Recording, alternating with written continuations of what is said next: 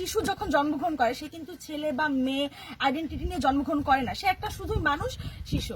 তো ওই শিশুটার মস্তিষ্ক মননটা যখন কাদার মতো থাকে, তখন পরিবার থেকে সমাজ, আমাদের শিক্ষা ব্যবস্থা মানে ওকে এমন ভাবে ঢুকিয়ে দেয় যে প্রথমত হচ্ছে একটা ছেলে ব্যথা পেলেও তার মা বা আশেপাশে সবাই এসে বলে যে ছেলেদের তো কাঁদতে নেই, এটুকুতে ব্যথা পেতে আছে নাকি, মানে ছেলে বলে তারা তাদের আবেগ প্রকাশ করতে পারবে না।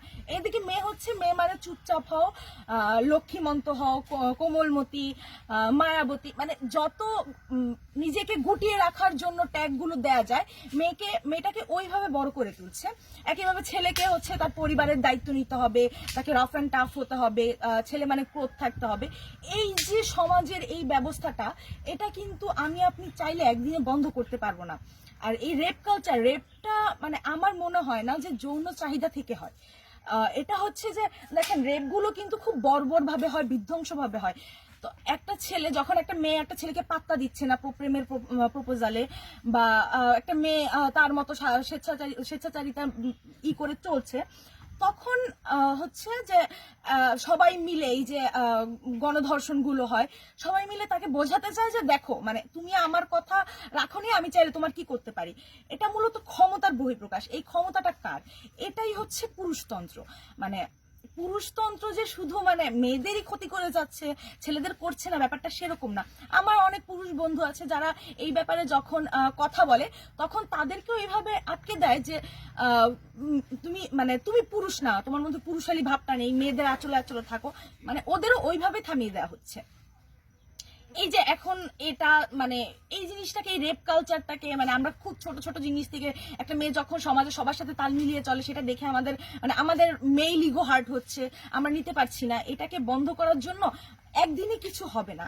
আজকে আমরা ওতে ওড়না পরি, মানে এই জিনিসটা কখনো তো মানে ছেলেদের কোনো পোশাকের জন্য আমরা সেই অক্ষর দিয়ে ওইটা পড়তে হচ্ছে না ছোটবেলা থেকে, কিন্তু সেটা আমাদের মেয়েদের পড়তে হচ্ছে, বা ছেলেদের মাথাতেও সেটা ঢুকিয়ে দেওয়া হচ্ছে। এই যে শিক্ষা ব্যবস্থার পরিবর্তন বা পরিবার থেকে, আর এখানে সেক্স এডুকেশন মানে খুবই গুরুত্বপূর্ণ একটা ব্যাপার। একটা মেয়েকে যখন মানে নাচ গান শেখার পাশাপাশি আমার মনে হয় যে কারাতে বা সেলফ ডিফেন্স যে ব্যাপারগুলো, যে হ্যাঁ সমাজের অধিকাংশ পচে গেছে, এখন আমাদের তো টিকে থাকতে হবে। সেই ক্ষেত্রে দেখা যাচ্ছে যে পরিবার থেকে সাপোর্টের যে ব্যাপারটা, যে পরিবার থেকে তাদের সাহায্য করতে হবে, যে মেয়েরা যাতে নিজেদেরটা নিজে প্রতিরোধ করতে পারে, নিজেদের ক্ষতি যতটুকু হতে পারে নিজেরা ঠেকাতে পারে। মেয়েদের সেলফ ডিফেন্স শেখাতে হবে। Sex education, good touch bad touch. একটা মেয়ে সর্বপ্রথম মানে মেয়েরা বলা হয় যে ছেলেদের চেয়ে অনেক তাড়াতাড়ি ম্যাচিউরড হয়। কেন হয়? একটা মেয়ে ছোটবেলা থেকে তার মানে আশেপাশের মামা চাচা, ঘরের মামা চাচা, এই যে তারা মানে সেক্সুয়ালি হ্যারাসমেন্টের শিকার হচ্ছে, রেপ হচ্ছে, কিন্তু বলতে পারছে না। তাদেরকে তো আমরা গুড টাচ বা ব্যাড টাচ শিখাচ্ছি না। সেক্স এডুকেশনের মাধ্যমে আমার মনে হয় যে এই জিনিসটাই করা দরকার, যে হ্যাঁ এইভাবে টাচ করলে এটা ঠিক আছে।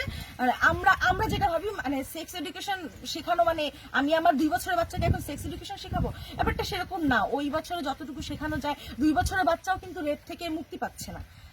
তো এইভাবেই হচ্ছে। আর দেখেন একটা জিনিস, যে সেক্স এডুকেশন জিনিসটা কতটা জরুরি, সেই ক্ষেত্রে বলা যায় যে মানে আজকে একটা মেয়ের জামায় যদি পিরিয়ডের রক্ত লাগে, একটা ছেলে দেখে হাসাহাসি করে, কিন্তু এটা কিন্তু খুবই নর্মাল ব্যাপার। আমরা জানি বায়োলজিক্যাল দিক থেকে খুবই নর্মাল একটা জিনিস। যখন এই পিরিয়ড ব্যাপারটা একটা ছেলের কাছে মানে সেক্স এডুকেশনের মাধ্যমে নর্মাল হবে, তখন যখন একটা ভাই তার বোনের জন্য মানে মোড়ক ছাড়া একটা প্যাড নিয়ে আসতে পারবে, তখন কিন্তু সেই ভাই মানে অন্য কারো জামায় পিরিয়ডের রক্তের দাগ দেখে অন্তত হাসবে না, ওই মেয়েটার পাশে গিয়ে দাঁড়াবে। এইটুকুই। মানে সর্বোপরি হচ্ছে যে আমাদের সবকিছু হচ্ছে যে এই পুরুষতন্ত্র, আর পুরুষদের মানে আমি ফেমিনিস্ট বা আমি নারী অধিকার নিয়ে কথা বলি বা আমার নিজের দিক থেকে ওইভাবে ফাইট ব্যাক দেওয়ার চেষ্টা করি, কিন্তু তার মানে এই না যে আমি পুরুষদের বিরুদ্ধে কথা বলছি। এই পুরুষতন্ত্রের কারণে কিন্তু আমি জানি আমার মানে বন্ধু বান্ধব সবাই এই পুরুষতন্ত্রের শিকার, সবাই ছেলে থেকে মেয়ে শুরু করে।